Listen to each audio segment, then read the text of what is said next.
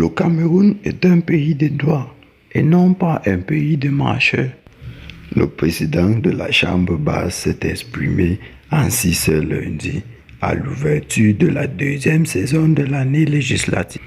Plus de détails dans quelques instants.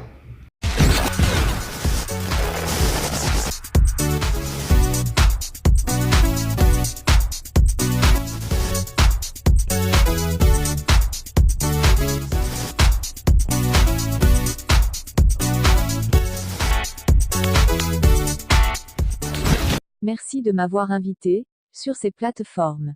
Comme je le disais, le président de la Chambre basse s'est exprimé ainsi ce lundi, à l'ouverture de la deuxième session de l'année législative 2019. La troisième personnalité au cours de son allocution de circonstance a passé en revue les derniers sujets d'actualité au Cameroun. Concernant l'affaire Maurice Kamto et le MRC, le PAN pense que le Cameroun n'est pas un pays des marcheurs. Le Cameroun est un État de droit, et non pas un pays de marcheurs. Au leader du parti d'opposition MRC, Kavalyé Djibril indique, tout dirigeant politique, qu'il soit de la majorité, ou de l'opposition, se distingue par le respect dû aux lois et aux institutions de son pays, martèle le président de l'Assemblée nationale. S'agissant de l'ingérence extérieure, le très honorable penche pour le respect de la souveraineté de l'État du Cameroun par ses partenaires, bilatéraux et multilatéraux.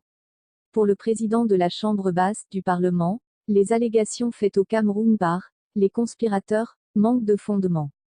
Pour leur information, le président de la République n'a cessé de prendre des initiatives en vue de trouver une issue à la crise dans les régions du Nord-Ouest et Sud-Ouest, a-t-il rappelé.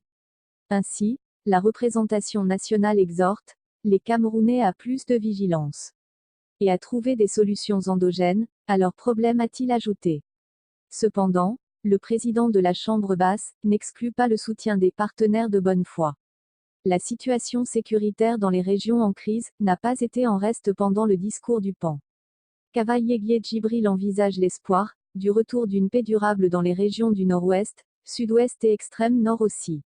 La cérémonie d'ouverture de session de juin, placée sous le signe d'espoir, a connu la présence de membres du gouvernement avec à leur tête le Premier ministre, Joseph Dion Ngut, mais également les membres de la Chambre haute du Parlement conduit par le président Marcel Nia Njifenji.